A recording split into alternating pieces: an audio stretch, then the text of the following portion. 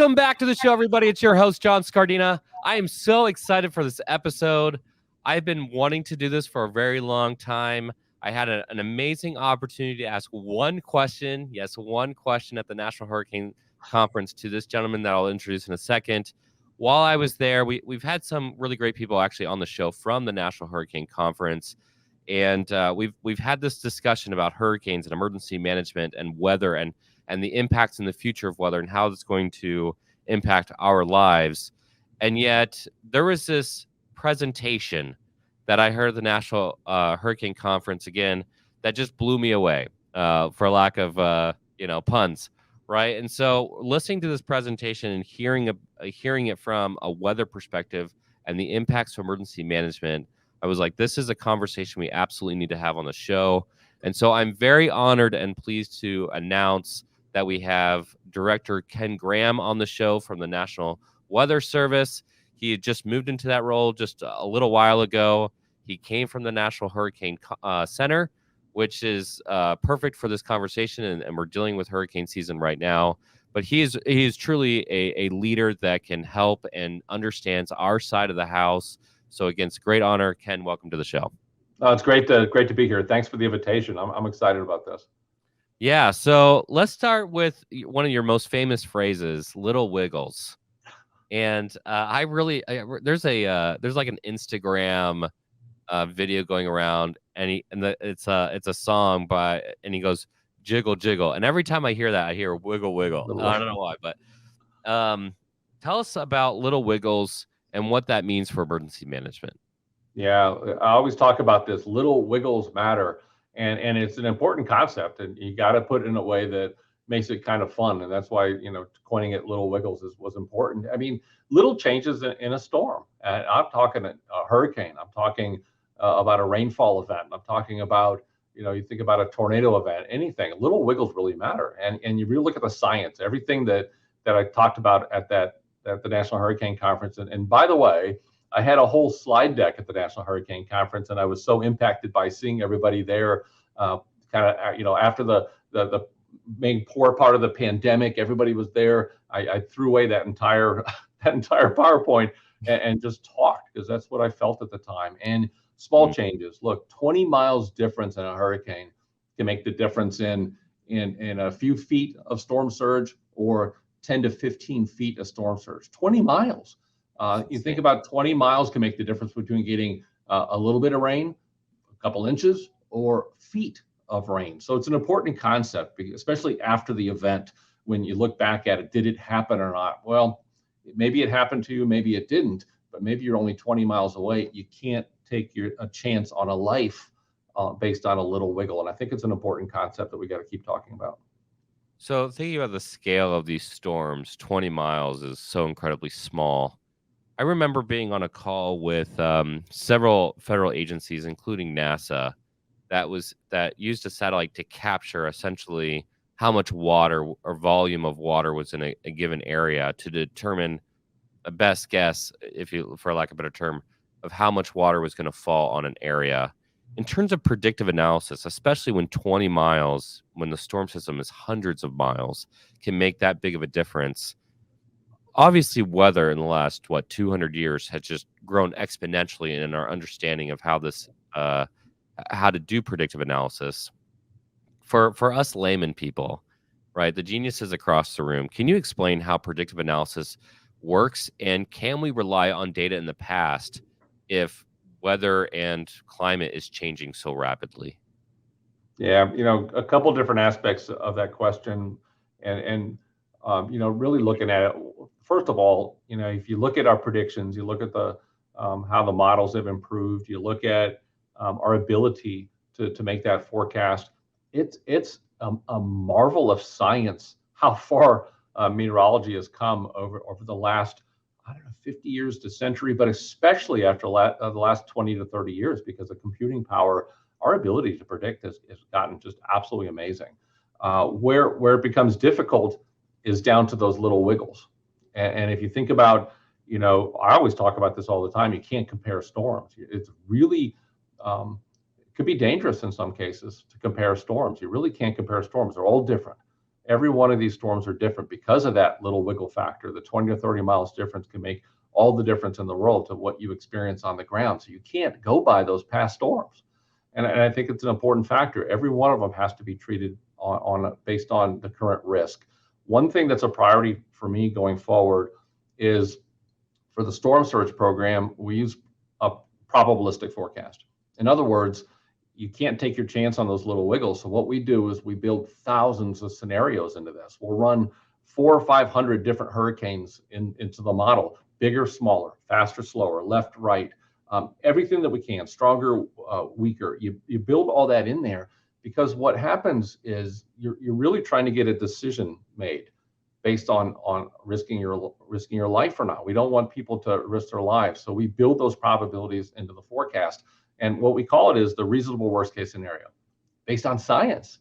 So what you see in that storm surge forecast is actually, it's pretty interesting. It's a result of all of those different model runs, and there's only a 10% chance of exceeding that value. In other words, it's a reasonable worst case scenario. And we're going to try to do that for other parameters too. Precipitation, you start looking at the future of warnings. What do those look like? Can we do something probabilistic there? And we don't want to overcomplicate anything, because we still want decisions when seconds count. But that's where we're headed. And it's interesting. The probabilistic, the blend forecast usually ends up being the best one over a deterministic forecast. Real quick, we're going to pause for this week's Disaster Tough endorsements. How do you spell Doberman Emergency Management? EOP, OEP, HVA, HMP, Thyra, TTX, Drone, PDA. Whenever you need an expert, Doberman Emergency Management field experts are there for support. Contact an expert at DobermanEMG.com today. The L3 Harris Extreme 400p radio solves problems and is specifically designed for emergency services. How do we know? We field tested it with medical, urban search and rescue, and collapse and confined structures. This radio is amazingly tough. Check out the L3 Harris Extreme 400p radio at L3Harris.com right now. Okay, let's jump back in. So we are looking at hurricane season right now. And for the sake of this audience, this was recorded a few weeks before this was aired. And so there's a hurricane, major hurricane, between the recording and the airing, we apologize. But barring a major hurricane, we start hurricane season June 1st. And there are some obviously like notable hurricanes. I think Hurricane Andrew, if I'm not wrong, was in June. But a majority of hurricanes, like major hurricanes, I think mid-August through to October. That's like typically when I really think about it. And yet, from an emergency management perspective, I'm hoping to get your advice on this. We do this big push late May, early June, hurricane season. And then we all forget about it. Everybody goes on vacation, and August happens, and it was just long enough for people to kind of relax a little bit. And then like the stuff like really hits. And so in my mind, I feel like we have like a soft start typically, and then we like have like the major stuff. How do we as emergency managers working with weather and as your experience, keep people's tempo high enough or situational awareness high enough where they don't get themselves hurt? Yeah, no, it's a good point. And usually this question, it usually comes with, we've had some of these preseason type of systems. Generally speaking, they're not the strongest. They're rainmakers.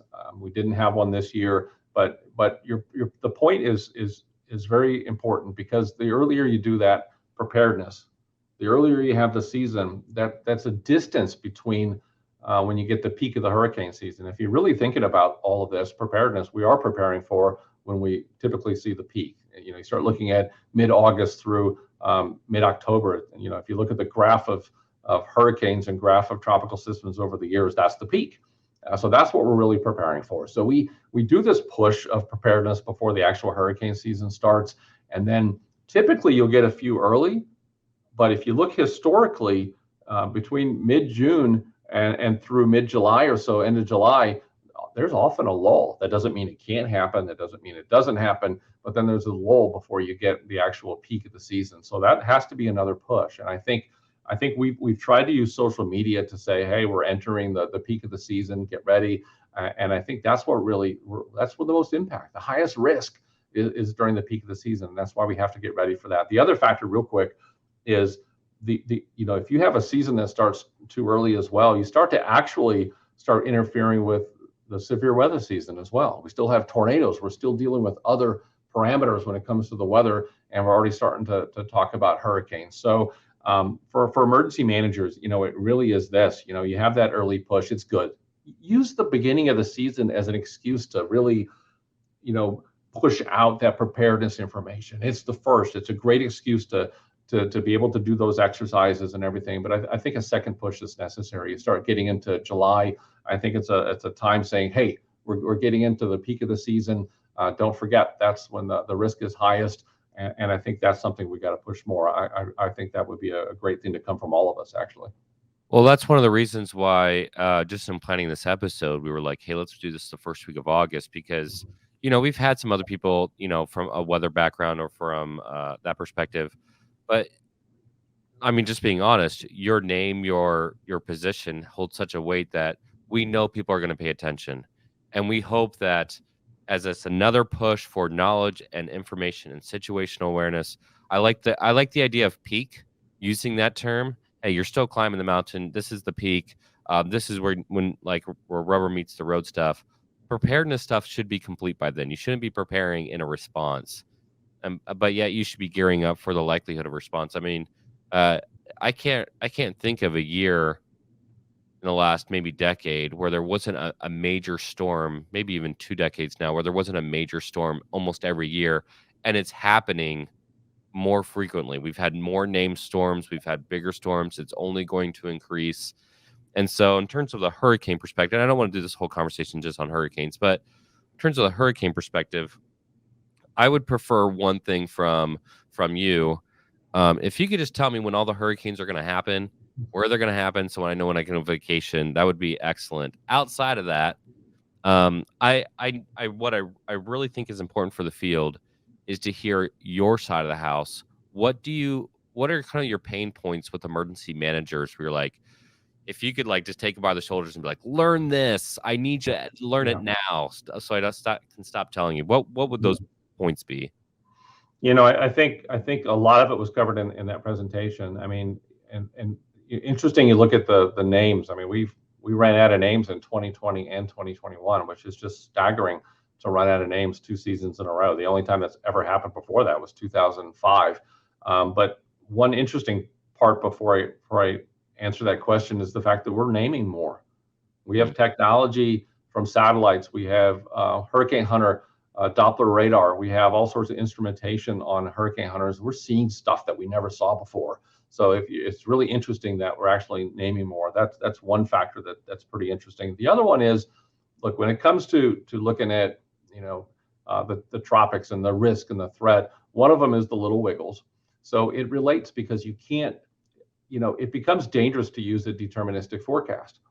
Remember, if you think about the average error out 24 hours is 30 miles when it comes to where that center is going to be of a tropical system. So from a meteorology standpoint, from a science standpoint, if we're 30 miles or less on the average error a day out, it's a good forecast. But here's the problem, the little wiggles. So if you can't look at any individual forecast and think about it as deterministic, and here's an example, I've seen this over and over, and it's important to talk about in the emergency management community, because you'll see a pretty picture. A beautiful graphic doesn't necessarily indicate accuracy. Just because it's pretty doesn't make it right. In other words, you'll see. That's my wife. I'm going to keep going. So I think if you look at a storm and think, well, wow, I see the line. I'm just outside the hurricane force winds. I'm going to base my preparedness and actions on that. Wow, I'm just outside the foot of rainfall. I'm going to make my decisions upon that. You get where I'm going. So that's dangerous. And that goes back to my comment about probabilistic forecasting. We got to figure out a way to really get more probabilistic, because if you make decisions as an emergency manager based on that fine line and that storm moves 20 or 30 miles, all of a sudden you got people in the water. All of a sudden you got damage that that in your mind you're like, wow, I thought I was outside of that. I think that's one of the biggest things is we can't cut those lines razor sharp. I'm hopefully I'm explaining that correctly, because Yeah, you are. Yeah. it's dangerous, and I've seen this over and over and over, and I've seen us do the training ahead of time and talk about this issue, but I honestly have seen different behavior during the event. Isn't that interesting? Because it's the heat of the battle. It's stressful. There's a lot of pressure on these decisions. I just caution everybody, you got to be super, super careful. And that's inland rain, not just a tropical system. That's tornado events. That's, wow, there's a moderate risk, but my county is right outside that moderate risk. Mm. Well, remember little wiggles, right? So you can move things around a little bit. So you got to be super careful on those edges, especially cutting things, your preparedness, your actions, your planning, razor sharp. Okay, I'm gonna call myself out here for a second because I know I've done that in the past. GIS, right? I like clean lines, and it gets much better when you're talking about honestly like flood modeling because you can use topography and Yeah, yeah. it is a little bit easier to get that razor thin. But in terms of the storm, using radius, I think that would be a a more likely scenario. That's probably what you're getting at. Hey, make those edges a lot more soft. I like the idea of the term getting rid of the razor thin. We've done that so many times. We continue to do that. We need to get away from that. Great call out there. In terms of the national weather perspective, things are changing. And I have been, I can't remember how many wildfires I've been to. Probably not too many, but I think seven. Seven wildfires, and that includes the complex fires.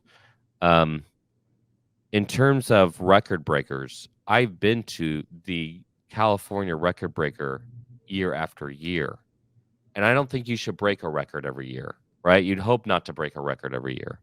Weather is changing. So going back to kind of that original question, even if we don't want to be deterministic, are we able to, in our lifetime, using artificial intelligence, to look at the globe and say, I know where the wind's going to go in 6 months. I know where I can have a much better understanding in order to mitigate. Do you think we'll be able to get to that point where we will be able to get to that point of like closer to fine lines? Yeah, I think absolutely, because if you think about as the forecast accuracy increases, I mean, you can see us being able to do that better than ever in the past. I mean, I look at, what was it, Hurricane Floyd, 1999. You see a track right off the east coast of Florida and up to the southeast U.S., and it was the largest evacuation in U.S. history at the time. I mean, it was just it's just absolutely 2.5 million people or so had to evacuate from that storm, and a lot of that because the forecast accuracy was less than it is today. And then you go to Hurricane Dorian, a very similar track to Floyd, but there was a prevention of about 3 million people from evacuating. So we're seeing it. We're seeing, capturing, tornado tracks. We're seeing that all over the place with our watches and warnings. But getting to your point, I think getting further out in time is where we need to go. And we need to get more lead time. And lead time is everything for an emergency manager. The more lead time I can give you, the more time you have to put resources, the more time you have to think about evacuating or not evacuating, sheltering, the different types of shelters, all the things that you have to do to put into place, these contracts, debris removal, everything. So I think that's one of it. But I think it's really interesting to look at some of these long-term predictions. And we have the Climate Prediction Center in the Weather Service, and looking at the hurricane season. You look at the last few seasons, just incredibly accurate seasonal forecasts. You look at the tracks of where the fires are going to be, and really looking at a bad fire season based on La Nina and El Nino. We're going to get all the rain, those atmospheric rivers in the western U.S. I mean, all that seems to be getting better when you look at that extended forecast. So I think it's you look at that extended forecast, we could put some plans together. You look at the future of AI and being able to look at patterns and artificial intelligence to really look at so many different parameters and observations to learn from each year. I think there's room for growth. I think there's room for growth in more accurate forecasts further out in time, And the other part I want to make a pitch for real quick is important is we've got to get social science more into everything that we do, because we always talk about forecast accuracy, but if you could have a perfect forecast, if it's not understood and not actionable, it doesn't do any good. So we look at our products, you look at the graphics, you look at human behavior. I think social science has to be a big part of not just what we do in the Weather Service, but you look at the emergency management community as well. The ultimate goal is to get people to understand the threat, the risk, and take action upon it. And if they don't, then there was something missing.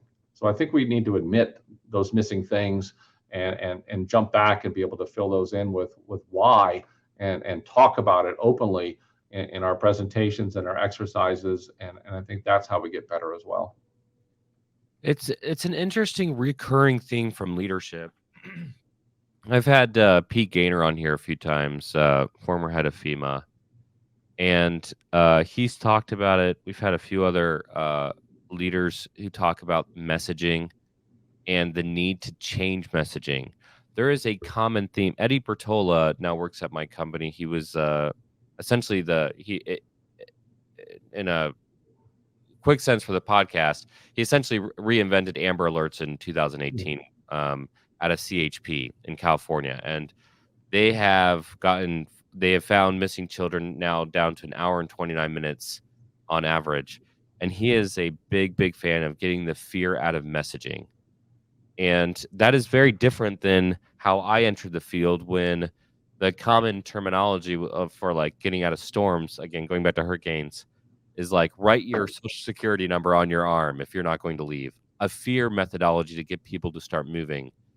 And I just think it's a fascinating thought that so many people in this line of industry are saying, hey, we could probably do a lot more if we just look at the social science of this, culture, anthropology, whatever you want to name it.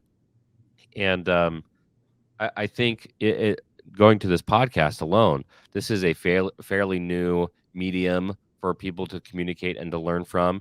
And yet you make the time to come on here, and what a huge opportunity to reach a lot of people very quickly, to start to change how they look at that. I have a question, and no one's ever answered this for me. Even the great Dr. Mike Paddock, all the Weather Service stuff is always in all caps. Is that literally just to like less confusion, or I always feel like someone's screaming at me? What is the history of all caps, and are we going to stay in all caps forever? No, I can answer the question. So what do you think of that? You could. So the history, and I'm going to click on something here because I think most everything now has been converted where we can use the small letters. I just want to double check it. Look, the history there is teletype. So there was a day when you sent everything out, you could only handle capital letters because there was an issue associated with the teletype. You couldn't use big letters and little letters back in teletype when all this started. So that was one of the biggest factors was that. And it's interesting because do you remember the forecast discussions were abbreviated? Remember, they're all coded, used all. Right. Remember that? And there's a history there too. That was because of teletype, because it cost money. It cost comms, precious comms, to be able to send out products. So you didn't want them that long. Isn't that interesting? So it was back.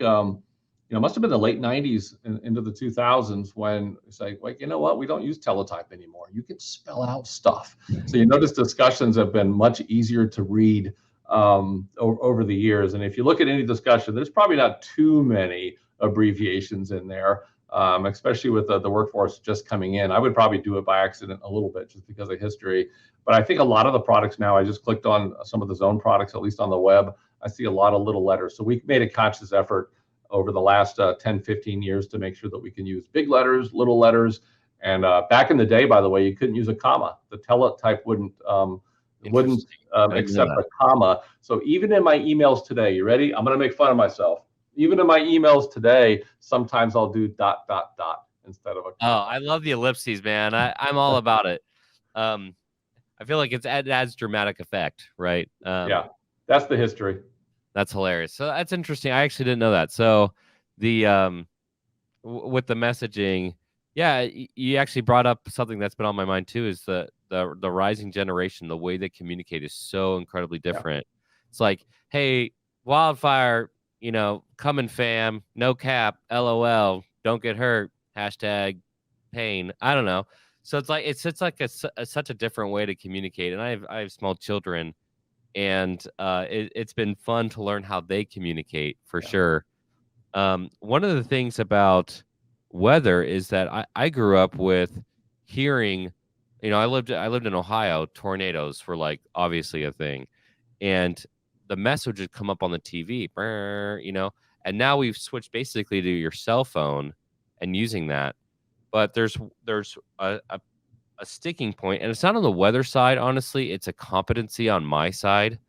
Even to like, I would say probably 3 weeks ago, I was explaining to another emergency manager the difference between a watch and a warning. And I think we need to, as a field, I'm going to call it my own field. It's on weather. Sure, weather has to put stuff out, but you're the experts in your field. If we want to understand what you're talking about, it's on us to also educate ourselves and come to the table. It's not only on weather. And in terms of messaging, I think we need to recognize that a little education would go a long way, for sure. Yeah, and we have this big program called Hazard Simplification. So you have watch, you have warning, you have statement, you have advisory. So Mm. we're aware of that too. So we're trying to simplify some of this. I remember a controversy back in the early '90s, when we had scattered showers and widely scattered showers, and internally widely scattered was less than scattered. But we found out externally, widely scattered was interpreted as more than scattered. See how complicated some of this Mm. stuff is? It's fascinating. So we are looking at. We got some hazard simplification stuff, but I have another message related to what you just asked.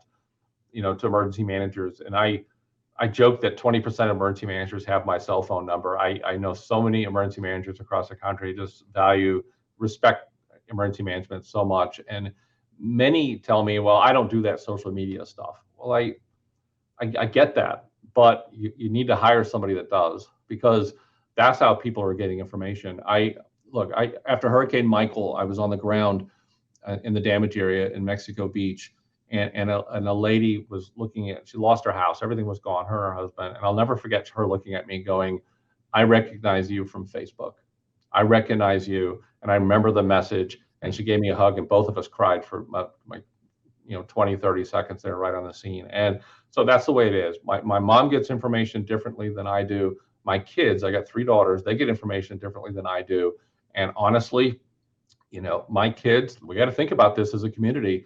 If you can't, I joke about this a little bit, if you can't get the message across in 30 seconds, maybe while we're riding a skateboard holding a fuzzy cat, I don't know, but you better be able to find out how to get that information to that generation fast. That's how they get information. That's how they process information. We have to adapt to that. We have to adapt to these different generations of being able to figure that out. That's why we're so aggressive with the social media, not just the Hurricane Center, but the Weather Service. We're Facebook Lives. We're constantly doing social media in different ways, and getting messages out. All platforms, right? It's not just about one platform. It's about getting messages out on all platforms. So that's another message to the emergency management community, is that's how people get information. We got to keep adapting. I love that. I love the idea of adapting as a concept. I think emergency managers, they thrive. The best ones, they thrive on problem solving, and there is a problem to solve here. And I like to tell people that you don't have to always come up with a new solution. You have to implement the solutions that people have already come up with. You just heard the director of the National Weather Service saying, use social media. It's effective. It's helped. The real world scenario of it helping. And so, when you're talking about that, uh, there's a lot of people are always afraid of social media because the funny thing is I've met a lot of people who emergency managers are afraid to put something out on Twitter or on Facebook, whatever, because they think the whole world will implode if they say the wrong thing or if they say too much or it's the wrong message. And then I look at their followers and I'm like, you have 3 followers. It's you, your director, and your specialist. Yeah. Let's pump the brakes here a little bit. And I think there's I won't call it hubris. Maybe that's not the right word for it, but there's this feeling of we know so much, and really the impact is very little. You're talking about little wiggles. There's also little wiggles and little needle movements in what we do. And I think it's more about consistency and helping people out than these one shoot. We're going to do this one thing and we're never going to look at it again. Social media is all about consistency. You said another thing about the length of time. We were doing analytics on our social media posts, and we found that like Facebook and Instagram, they won't promote it if it's longer than 6 seconds. They want a video and they want it shorter than 6 seconds. For a field that uses really long words, it's like we have a training course coming up in August, Emergency Management Response for Dynamic Populations. That's the name of the training. And that took what, 5 seconds just to say. And so we do have to figure out the messaging thing and the platforms, but I also think it's kind of a call out to some of these platforms that we should work with them to say, hey, if the National Weather Service is coming out with a message or if it's an emergency notification, change your algorithm a little bit to be able to promote that stuff. And so just for getting people to see it, I think we need to do a little more outreach to those who are sharing our message, literally the platforms, let alone the people. So there's a lot of movement that can be done in that space for sure. Yeah, I just jumping in.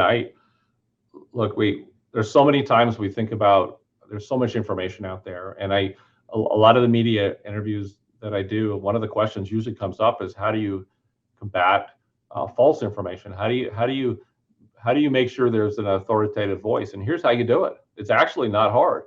We all have to provide the right information aggressively. So if you think about, you think about a forecast for a hurricane or a tornado event, and then we're doing briefings, the impact-based decision support that the Weather Service does with emergency managers, and then that message gets amplified at the federal level, state level, local level, counties and parishes. And then you think about, we have calls with the media as well. Constantly doing television and radio interviews during a hurricane. Why? We're all on one page. So if you think about how to really focus information that's correct and authoritative, it's all of us being on the same page. It's all of us sharing that on our platforms, all of us saying the same thing in our news conferences, saying the same thing on social media, saying the same things in our news releases. If you think about that, that's how you combat all this different information. We're all on one page, and it really does work. Every social science project that I've seen that looks at information, when there's multiple different conflicting pieces of information, people have a tendency to not make the wrong decision. They won't make a decision. They freeze up. So if we're all together, then you really get the decisions that really can save lives. I actually did not know that. You've been schooling me throughout this episode. Not only the conflict of messaging gets them to do nothing, it's an interesting and fascinating, like that fight or flight. They just kind of get stuck in, oh, which way do I go? Yeah. And we've seen that in real world events. We've seen that with COVID. We've seen that with a lot of things. People just stuck. They don't know what to do, even if the data is updated, even if the message is coming out from official sources, if those are conflicting messages or there's multiple people feeling like they're the authority and they don't have the same message, even if they all mean the same thing. Very telling. So in terms of a case study, I mean, COVID was a fascinating case study for social science and messaging. In terms of wrapping up here, I'm going to leave you with one funny question, and then I'll ask you a serious question. The funny question: can you actually electrify the atmosphere to make it rain? Wow. Not that I know of. I don't think that would work very well. I live in the Midwest, and I'm not going to hamper on the Midwest. I love the Midwest. I can't even tell you how many people have told me that, well, they're just electrifying the atmosphere in our area. And I'm like, I'm pretty sure they're not doing that. That's kind of funny. Okay. So the serious question here is, we like to wrap up the show by having our guests provide advice to the next generation of emergency managers. If you were going to provide advice and your general thoughts, what would that advice be? Yeah, multidiscipline. Be an expert. We talk about mapping. You think about being a meteorologist and an emergency manager. Be an oceanographer and an emergency manager. Have multidisciplines. It's incredible to be able to tie both of them together. And so that's one of the big messages. The other one is, if you think about increased risk, you think about the population growing, you think about risk with a changing climate and all that. You're gonna have a job. You got some job security for many years to come. So my advice is, we need you. We really need the next generation. We got some big challenges we're going to be faced with as the risk increases. We need amazing people like them to join the force, so to speak, and get involved with this and help us really look at some of these really tough decisions that we're going to have to make in the upcoming years. So be excited, be passionate, and because we need you. That's like a mic drop moment. So we're just going to take that clip and we're just going to share that on every episode from here on out. Seriously, what a pleasure again to have you on the show and to hear your perspective. I've learned a lot. I've been doing this for a little while. I feel like I'm kind of an arrogant guy. I feel like I know a little bit, but you're answering complex questions. You're answering basic questions, and that just shows how much more we need to learn about weather and the impacts of weather in our jobs. And so again, thanks for taking the time to come on the show. Yeah, hopefully we'll do it again too. Always things to talk about. So I just appreciate the opportunity to talk to everybody today. Absolutely. So, okay. So what we're going to do from here on out, guys, if you're listening to this episode, you should have learned something. I learned something for sure. You got to do this as a shameless plug. We do it every time. Give us that 5-star rating and subscribe. Make sure you check out weather updates. Go to official sources, the National Weather Service.gov, NWS.gov. Start looking at that. Coordinate with your NOAA liaisons or your weather liaisons. Reach out to meteorologists. Get information. Get rid of the laser thin lines. Become adaptive. Educate yourself. All these things. And public messaging, incredibly important. Really great messages from this episode. What a great opportunity for us to learn. If you got something out of this episode, again, you should have. We want you to tell us what you learned through social media, right? We're talking about social media on this episode on the Disaster Tough podcast, whether your platform of choice, right? We're everywhere. Put a comment down there saying this is what I learned, or this is a question I have. Put it out to the community. The community will answer. We'll also tag the National Weather Service in our post, so they'll be able to see it and they can respond if they want to. But reach out to the community, learn something, prepare for hurricanes, prepare for wildfires, prepare for all the weather events. Hopefully tornadoes go away. I hate tornadoes out of all the weather events, but we will have them, so prepare for those. And we'll see you for next week.